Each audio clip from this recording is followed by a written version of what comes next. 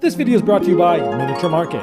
Thousands of board games, discounted prices, miniaturemarket.com.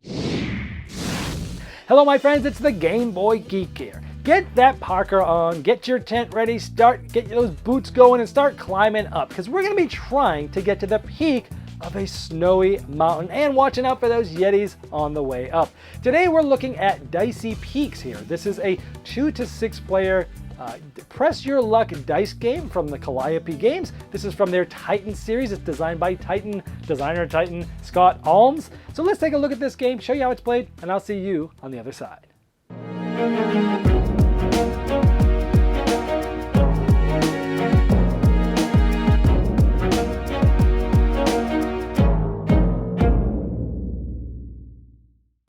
Now, I don't often show rule books in my reviews, but this one's really cool because it is a kids and family game.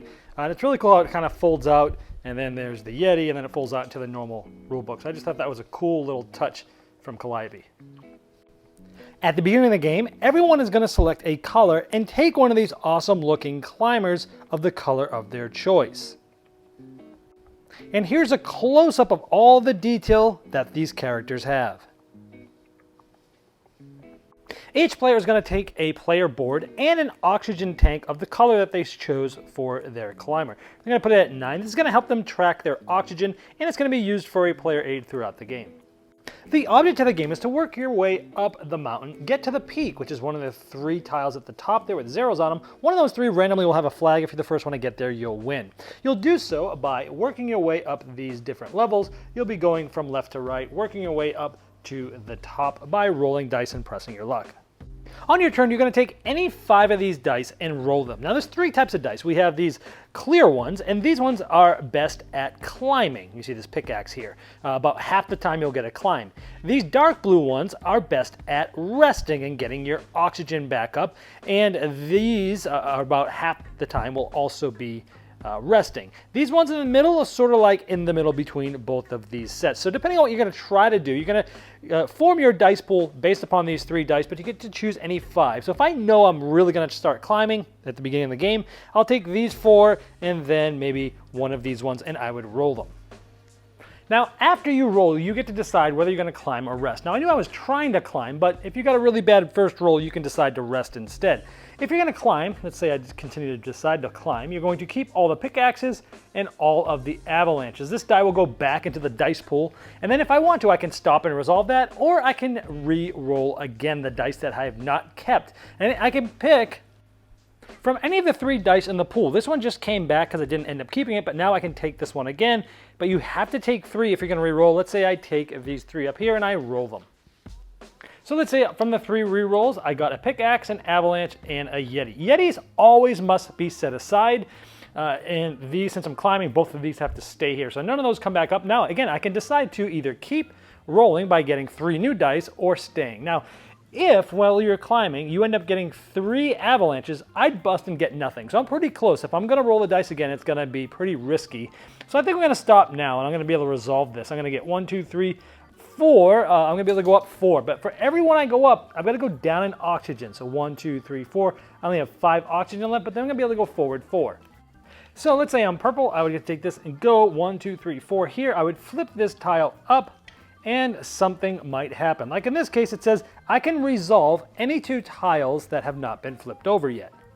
And so I had revealed these 2 tiles. Now you can reveal any of them except any of the ones at the summit. So now if someone lands here, they're going to be able to go +2, but when they do that, they do not activate or flip this tile if it hasn't been flipped. If you end up here, you're going to go -2 on your oxygen. Some raise your oxygen, some put them down, some go forward, some go back, some make you move around. They do different types of things. Now we had talked about climbing and busting when you're climbing with 3 avalanches. The other way you can bust is if I had rolled this, but my oxygen was here at the beginning of my turn, I would need to move forward 4 and lower my oxygen 4. Since I can't do that, since I don't have 4 to move down, I would bust because I didn't have enough oxygen. Now conversely, let's say I was trying to rest, and this is the tent. The blue ones are really good at resting. Let's say I had rolled this. It's somewhat unlikely, but if I did, normally what you would do is when you stop, you would move the oxygen up this amount. But I can only go up 4. In this case, I would have had to have gone up 5. I would have overfilled this, and I would have busted itself. Now, you'll still be able to play, but you have busted that turn here. Also, if you ever get 3 of these Yeti markers when you're resting, you bust as well. In addition, when you're resting and filling your tank, you can only fill it that turn up to the amount of what level you're at. So if I'm all the way here, let's say, and this had been flipped over, I can only at the maximum fill it up 4, fill it up 3. And once you get to the summit, you can't fill it up at all because that is 0. Now let's say the game's a little bit further along here. On your turn when you stop and resolve, if you've rolled any Yetis, even one of them, anybody at the start of your turn that was behind you gets to move 1. They don't get to activate the tile or flip it, but they get to move up 1. If anybody from the starting spot where you are or ahead does not get to do that, but that's the part of the catch-up mechanism of the game for those that are rolling Yetis at any time. So during the game, you're trying to figure out which dice pool to roll for what you're trying to do and how much room you have left in your oxygen and how much you could possibly get, and trying not to bust. Now the end gets very interesting because the most you can fill up your oxygen here is 3. So if you're low, it's going to be hard to move. Plus you can only move up to the amount of oxygen you have as well. So it gets hard to try to get the right amount of pickaxes. But if you have enough oxygen and you haven't busted by climbing too much because you don't have enough oxygen, you can get to any one of these 3 tiles. If you get to one, you flip it over. If it has a red flag, you win. If not, you must stay there for your next turn. On your next turn, if you still have oxygen left, by the way, if you get there and you have no oxygen left, you will have lost the game.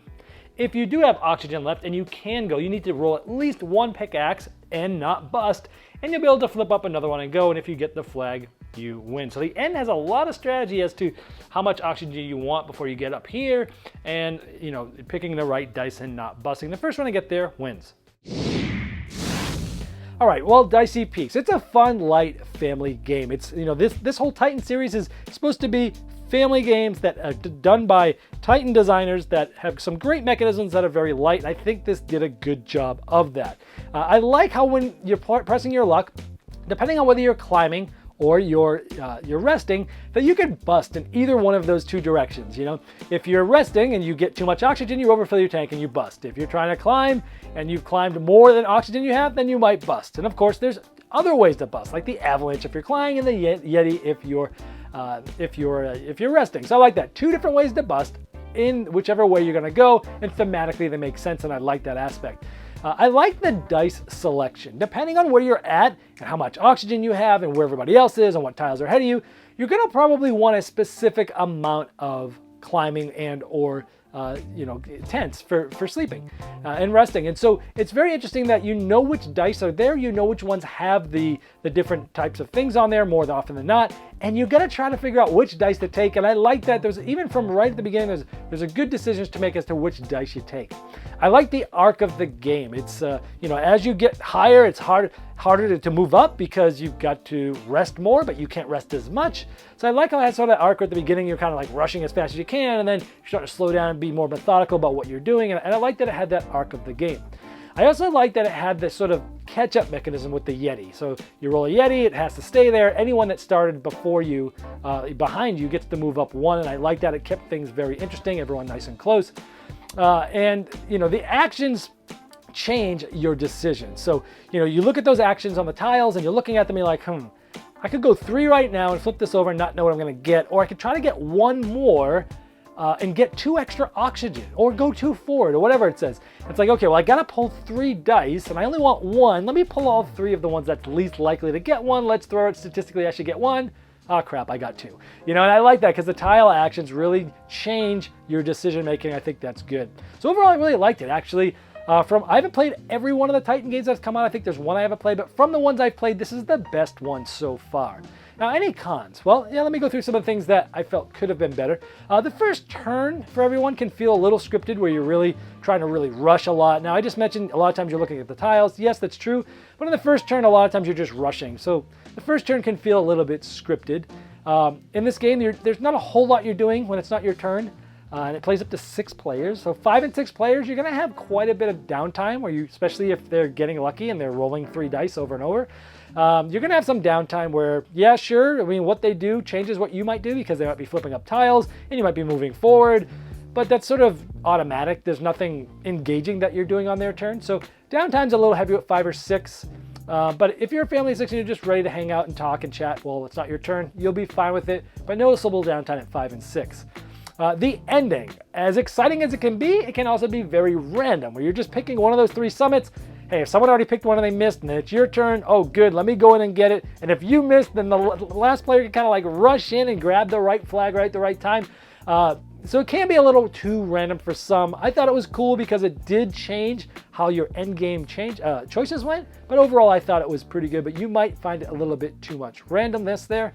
And my last complaint is the dice colors. There's the sort of the clear, then there's the 2 different blues. Now it's kind of easy to tell them apart once you know the game well, because you know there's only 4 dice of the ones that tent well, and there's 5 dice of the ones that are medium. So I was looking more at the number of dice versus the color of dice, but when they're split up in different sides, since you've already rolled some, you might not be sure. I wish they would have made those 2 dice much more different. They're too easily mixed up between the 2 of them as to which blue is which. Sure, one's lighter, one's darker, but I really wish they would have picked a completely different color for one of them. But that's it. Just some cons there. But overall, it's a very fun family dice rolling game. So if you like Press Your Luck and you're looking at family games that have great decisions, this is one of them, and that's Dicey Peaks. This video was sponsored by Miniature Market's Review Corner. The Review Corner features podcasts, video, and written game reviews by gamers for gamers. Miniature Market, the online gaming superstore. Thousands of board games, discounted prices. Check them out at miniaturemarket.com.